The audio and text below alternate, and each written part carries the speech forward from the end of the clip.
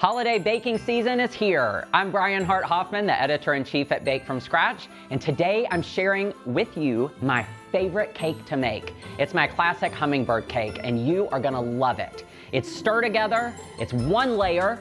Hey, not every holiday cake has to be towering with layers and complicated elements. This one's simple and so delicious, everyone is going to love it. If you wanna bake along with me, the link for the recipe is in the description. Let's go.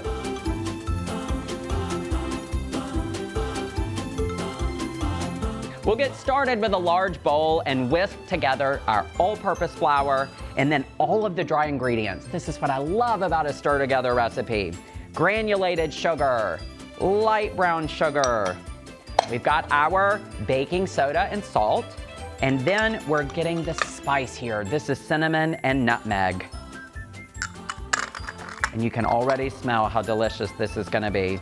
So bring all of your dry ingredients together and break up those clumps of brown sugar too with the whisk.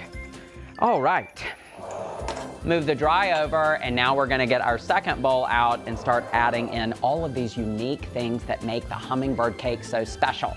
First, I'm adding to a bowl of mashed ripe banana, some crushed pineapple. And this is canned crushed pineapple that you have really thoroughly drained. You're not leaving a lot of the liquid in it. You can see what it looks like in the bowl right now. Then I am adding an egg, vanilla extract, and neutral oils. So think vegetable, canola, sunflower, grapeseed, just a neutral oil that doesn't have any flavor to it. Then we're gonna whisk all of this together. And when you're whisking with oil, start in the center. Be very careful so that it doesn't splash out. Takes just a little bit of time to get all of that combined. Pineapple mixture meets the spice mixture and all those dry ingredients. Get every last bit in. And then we're gonna fold all of this together.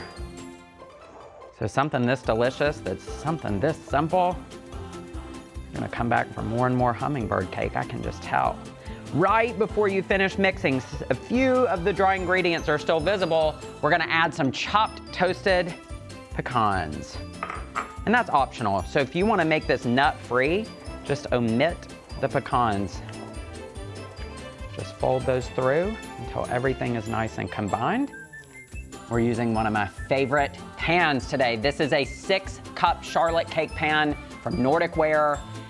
I love the pattern of this pan because we're gonna be putting our cream cheese frosting in here, and you have this beautiful pattern, so it just makes this one-layer cake so much better. Love it.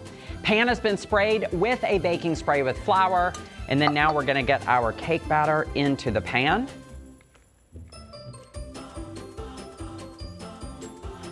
Now, to get our batter settled into the pan, take a towel, place it on your counter, and you are going to firmly tap until that batter is settled in and any air bubbles have been released. Then off to a 350-degree oven to bake until a wooden pick inserted in the center comes out clean. That's about 40 to 50 minutes. And then after your cake is cooled, let's assemble. The cake is baked, it smells amazing, and now it's time for assembly because a hummingbird cake really, really needs a cream cheese frosting. I've already made the frosting, but if you would like to see how to make it, check out my video that's linked in the description. Now, cream cheese frosting in the pastry bag that I've fitted with a 1/2-inch French star tip, but you do you, whatever you want. You could just put it in here and swoop. But we're gonna add a little extra festive touch here with the beautiful frosting. I mean, I just did that without thinking. You have your cream cheese frosting on the cake. You can garnish with some more toasted pecans. That's fun, it's festive. To set the frosting after piping it, pop it in the refrigerator for 15 to 20 minutes, then enjoy. And I can promise you it's not gonna last long. Thank you for joining me today. The description for the video includes how you can be a part of the Bake From Scratch community and a link to the recipe as well. Now don't forget to like the video, subscribe to the channel so that you never miss another delicious moment.